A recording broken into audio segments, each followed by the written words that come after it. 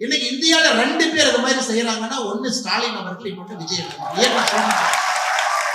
தமிழகத்துல, நம்முடைய தமிழ்நாட்டுல சமீபத்துல ஒரு படம் பார்த்திருப்பீங்க, ஒரு நெட்ஃபிளிக்ஸ் சீரிஸ் ஸ்கேம் 92. எப்படி 2 பேர் சேர்ந்து பாம்பே ஸ்டாக் எக்ஸ்சேஞ்ச ஸ்கேம் பண்ணாங்க.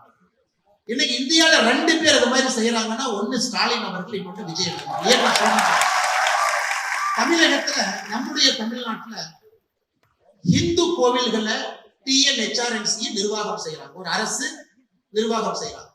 1985ல 5,25,000 ஏக்கர் இருந்த TNHRNC இன்னைக்கு 4 லட்சம் ஏக்கர், 1,25,000 ஏக்கர் காணாம போயிடுச்சு.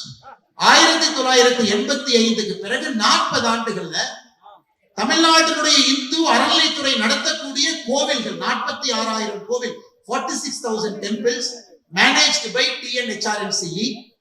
In 1985, TNHRNC had 5,25,000 acres. In 40 years, TNHRNC has lost 1 lakh acre.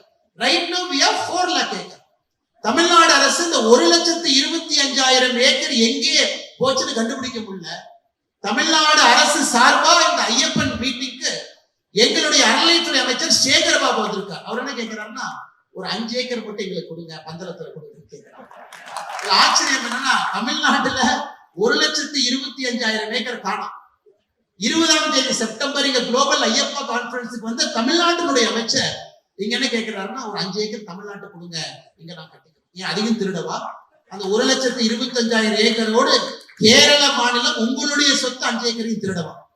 அன்பு சொந்தங்களே, இது நடப்பதெல்லாம் நன்றாக நாம் பார்க்க வேண்டும்.